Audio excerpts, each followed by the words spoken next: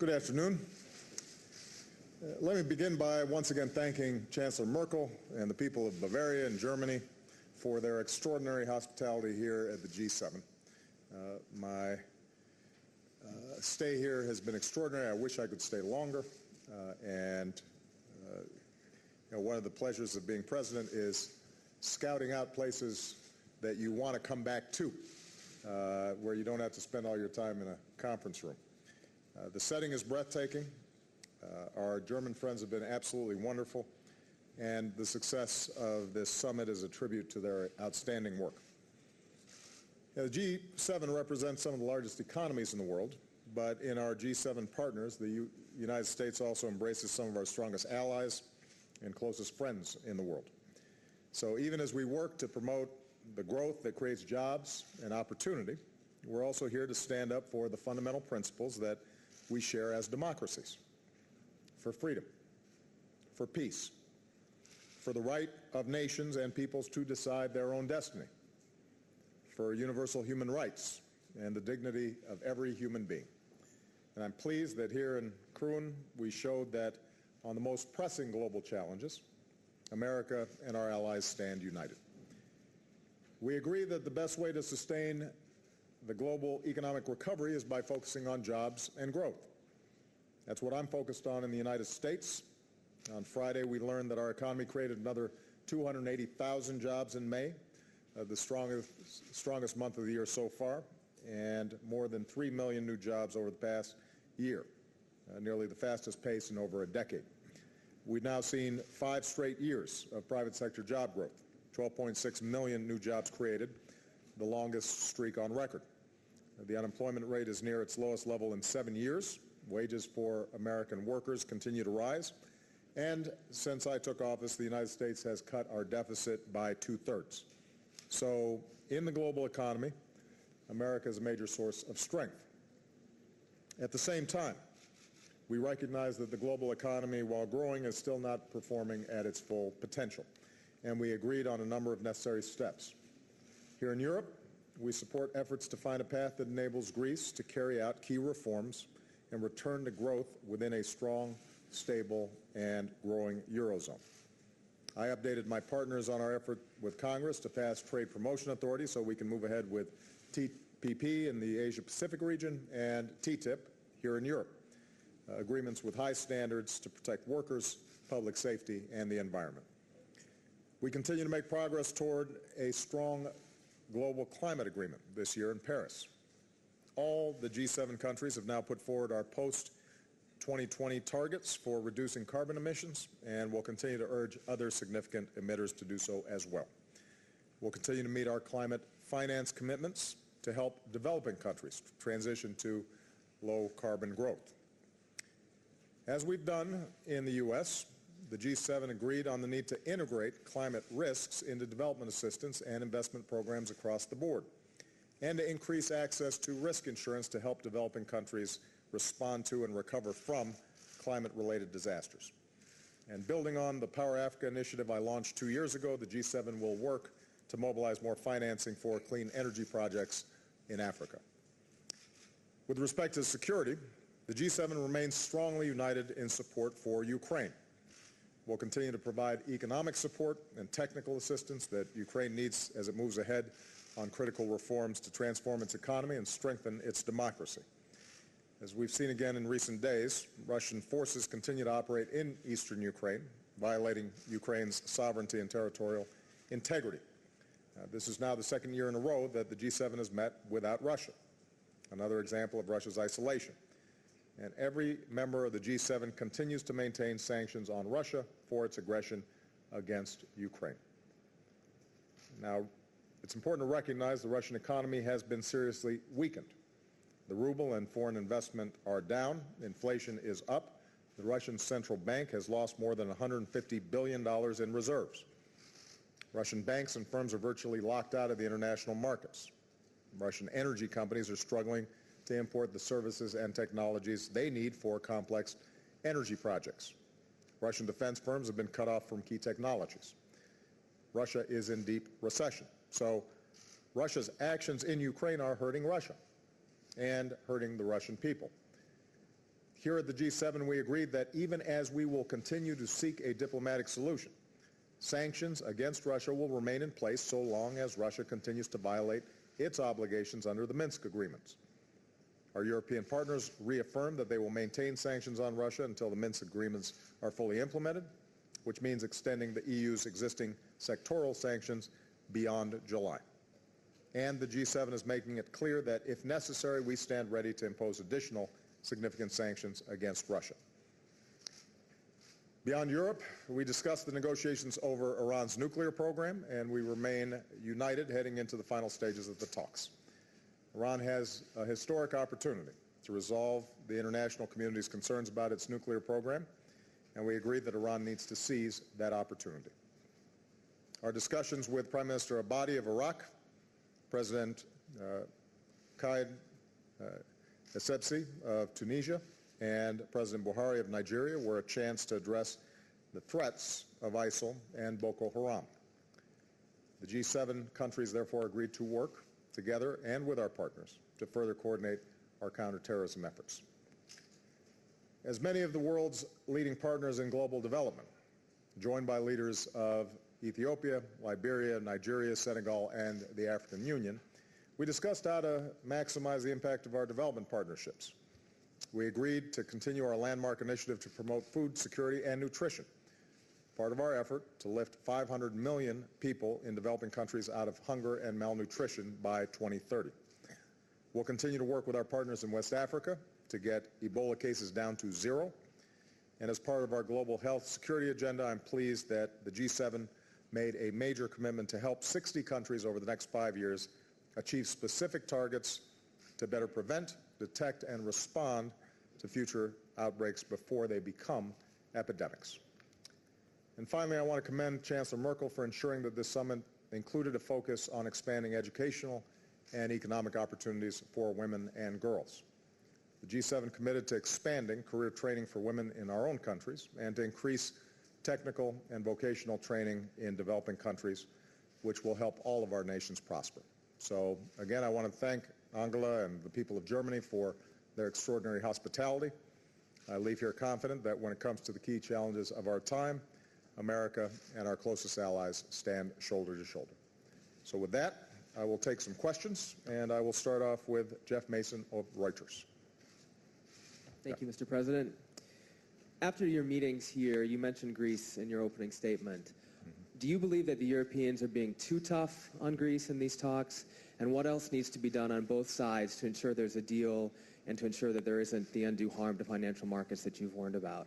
And on a separate and somewhat related topic, the French told reporters today that you said to G7 leaders that you're concerned that the dollar is too strong. What did you say exactly? And are you concerned that the dollar is too strong?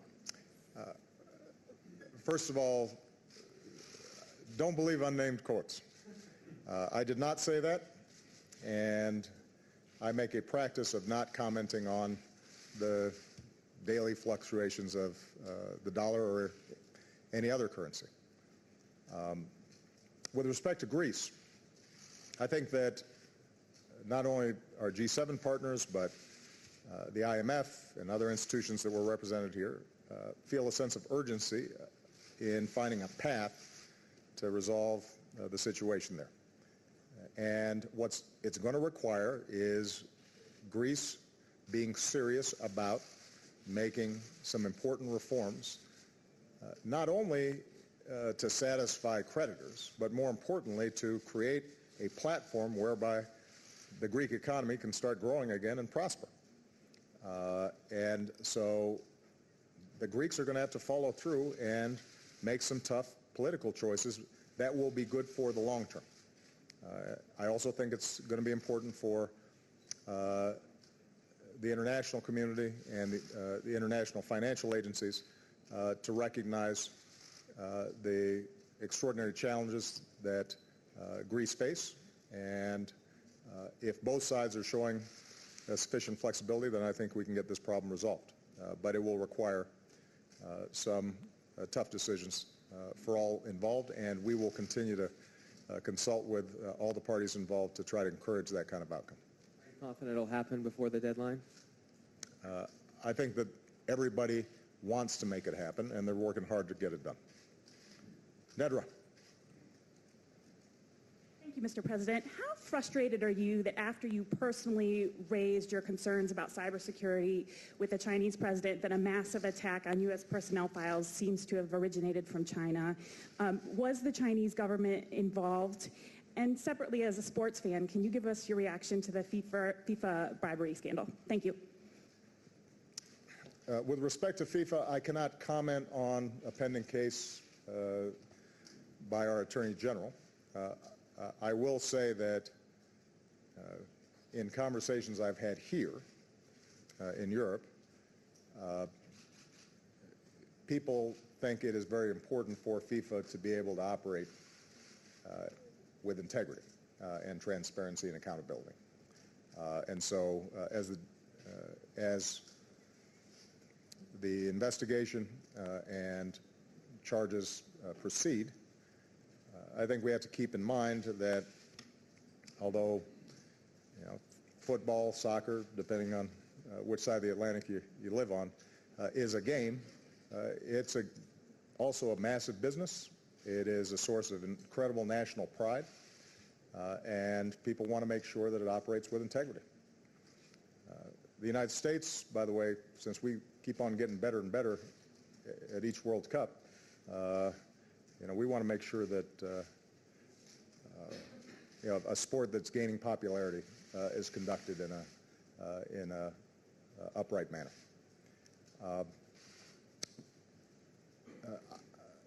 I don't want to discuss, because we haven't publicly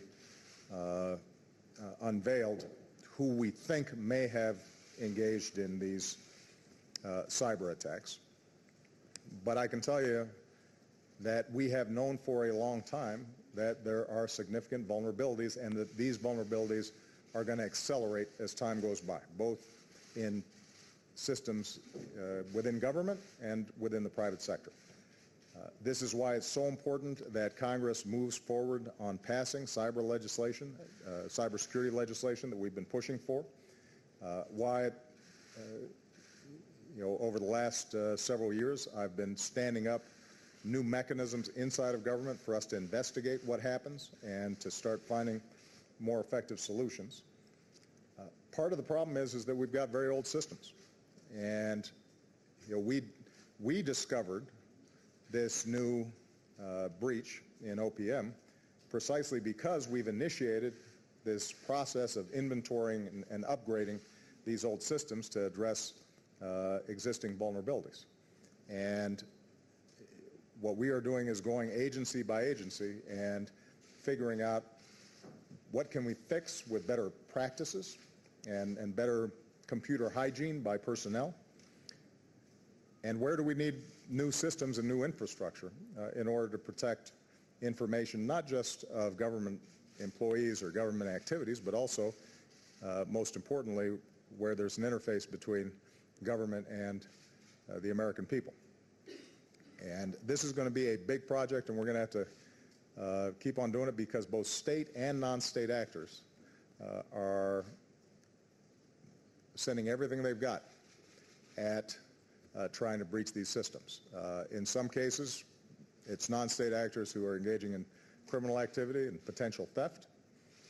In the case of state actors, they're probing for intelligence, or in some cases, trying to bring down systems in pursuit of their various foreign policy objectives.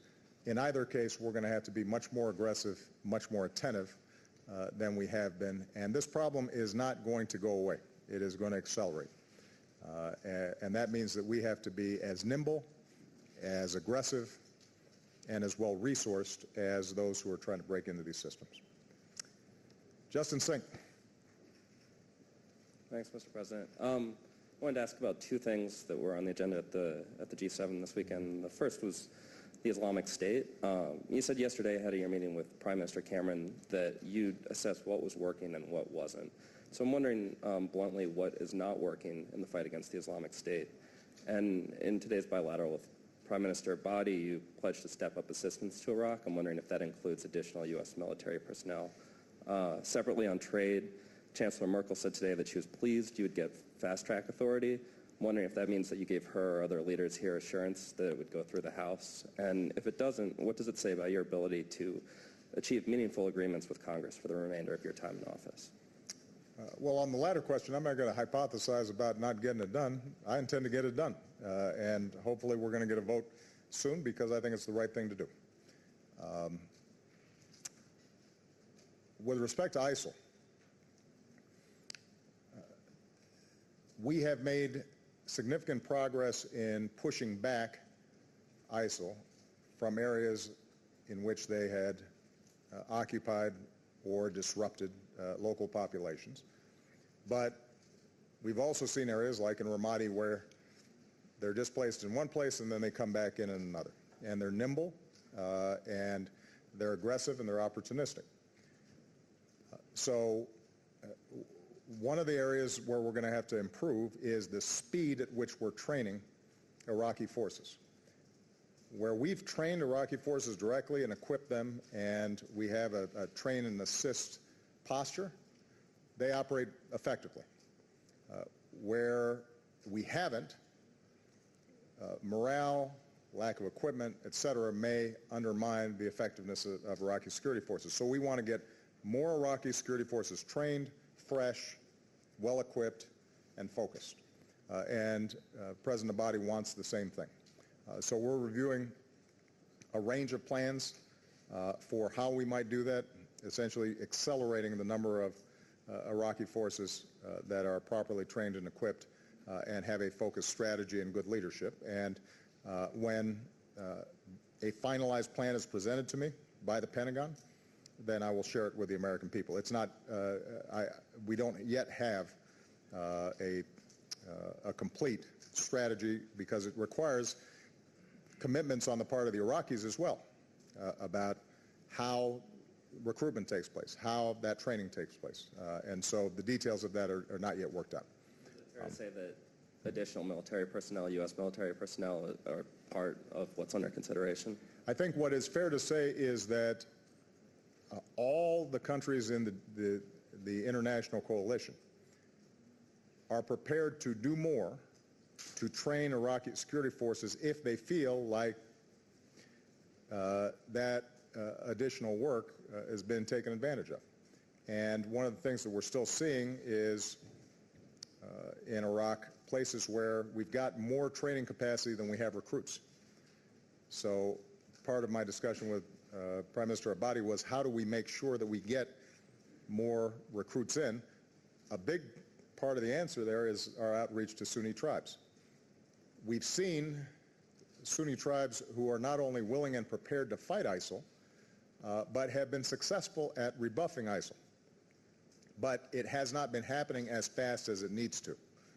And so one of the efforts that I'm hoping to see out of Prime Minister Abadi and the Iraqi legislature when they're in session is to move forward on a National Guard law that would help to devolve some of the security efforts in places like Anbar to local folks and to get those Sunni tribes involved more rapidly.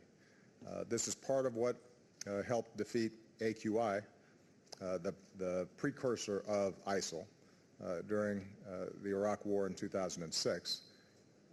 Without that kind of local participation, even if you have a short-term success, it's very hard to hold those areas. The other area where we've got to make a lot more progress is on stemming the flow of foreign fighters. Now, you'll recall that I hosted a UN General Security Council meeting specifically on this issue.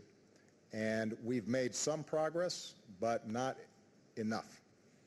We are still seeing thousands of foreign fighters flowing into first Syria and then oftentimes ultimately into Iraq.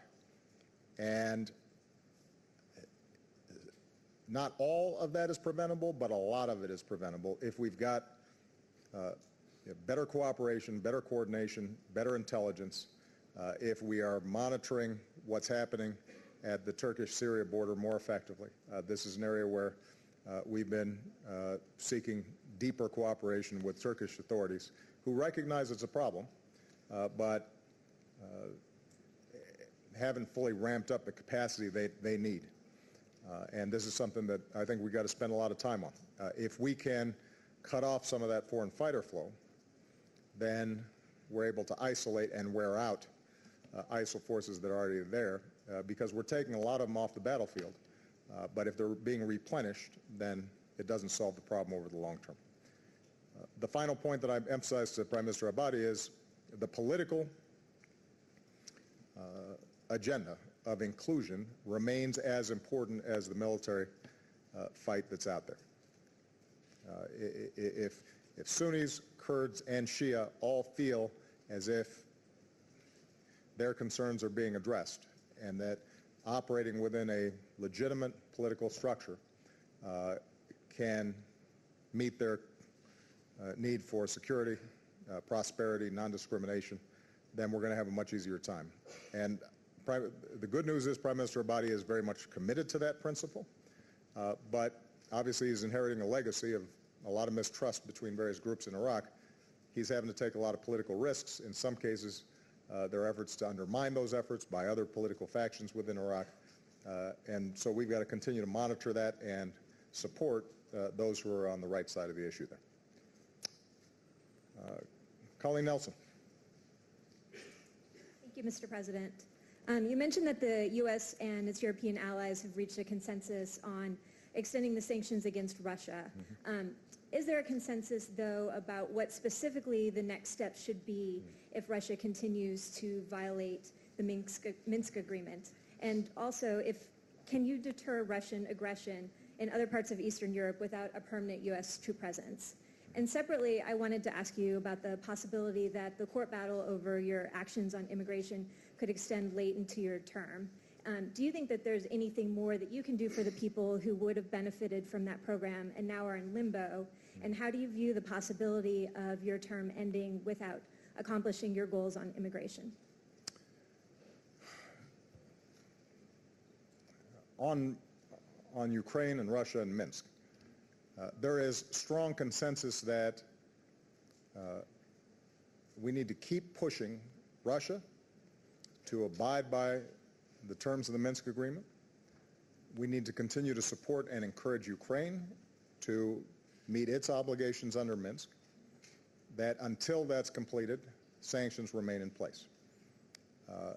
There was discussion about additional steps that we might need to take if Russia, working through separatists, doubled down on aggression inside of Ukraine.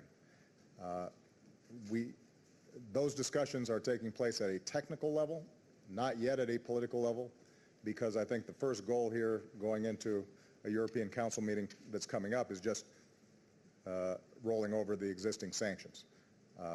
But I think at a technical level, we want to be prepared.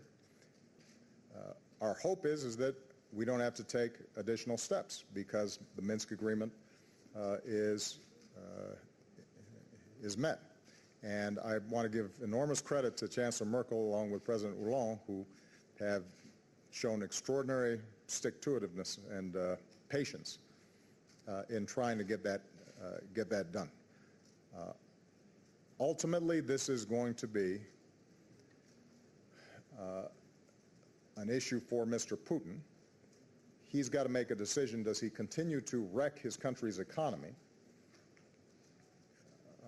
and continue Russia's isolation in pursuit of a wrong-headed desire to recreate the glories of the Soviet Empire?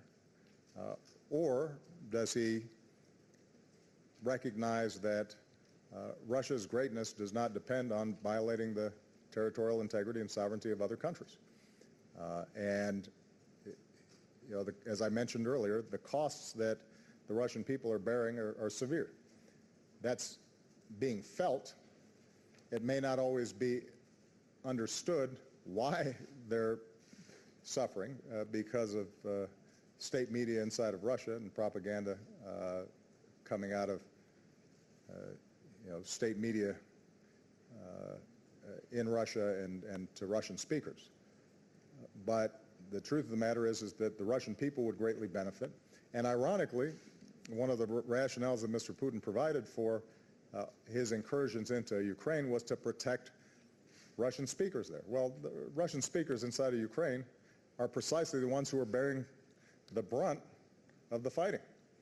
Their economies collapsed, their lives are disordered, many of them are displaced, their homes may have been destroyed.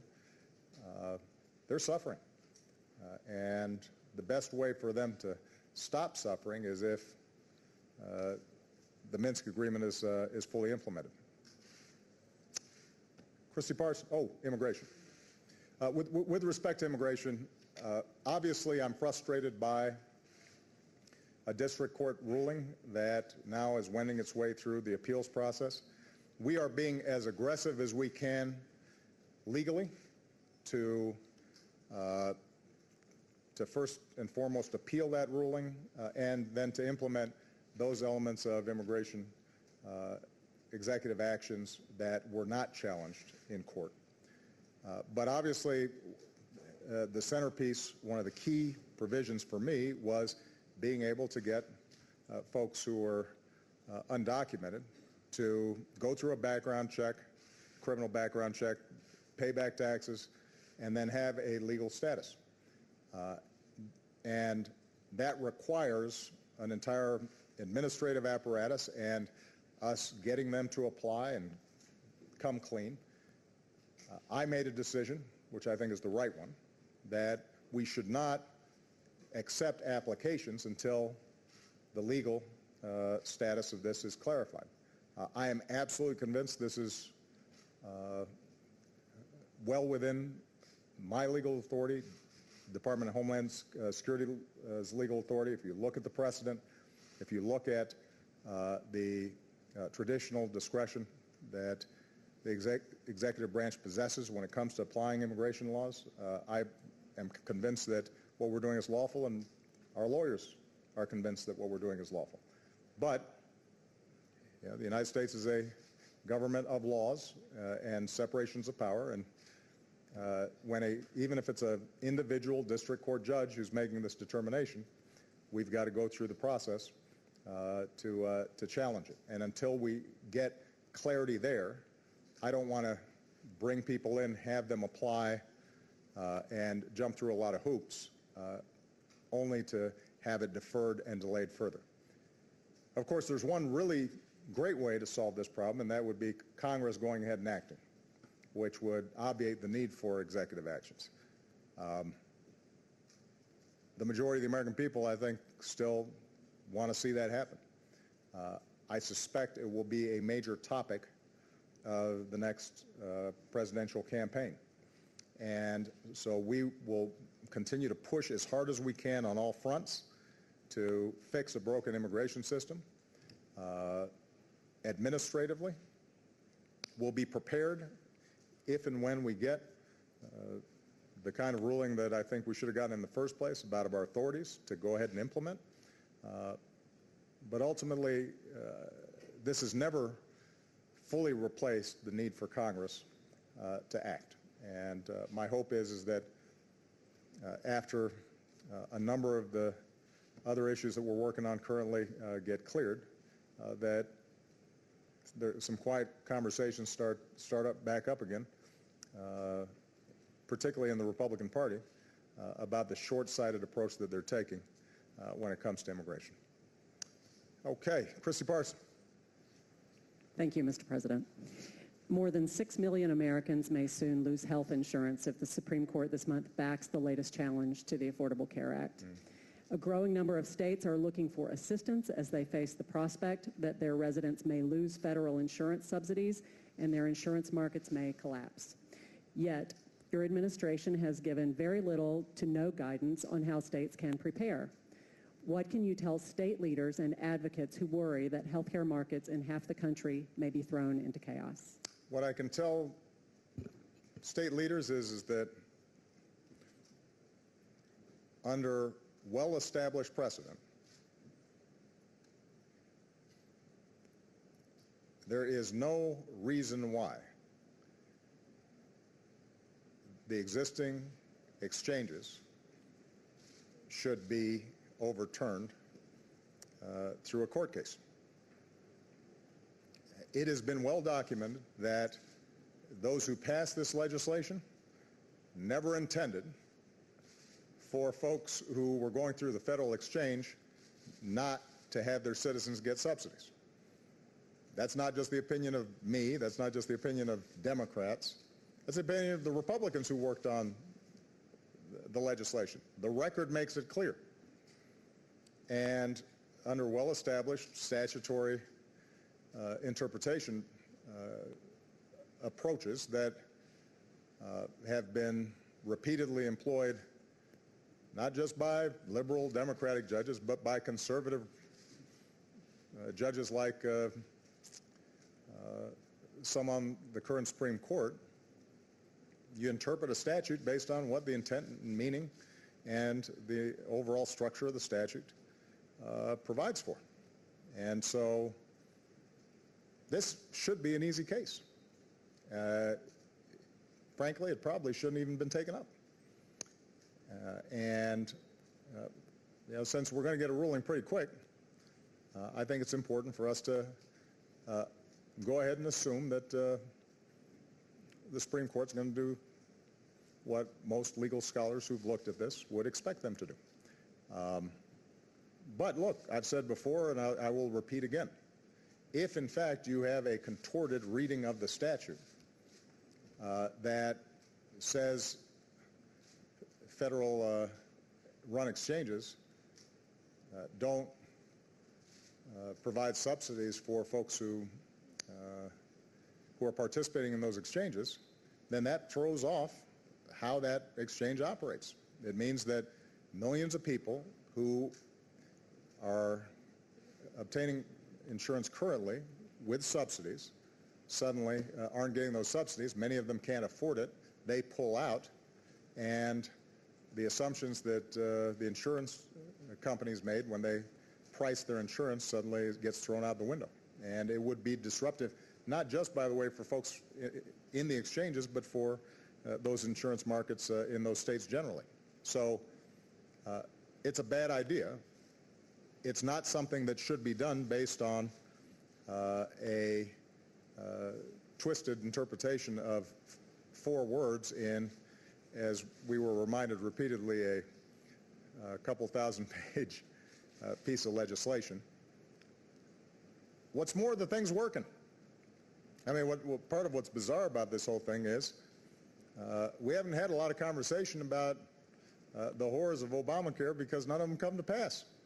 You got 16 million people who've gotten health insurance. The overwhelming majority of them are satisfied with the health insurance. It hasn't had an adverse effect on people who already had health insurance. The only effect it's had on people who already had health insurance is they now have an assurance that they won't be prevented from getting health insurance if they've got a pre-existing condition, and they get additional protections with the health insurance that they do have. The costs have come in substantially lower than even our estimates about how much it would cost.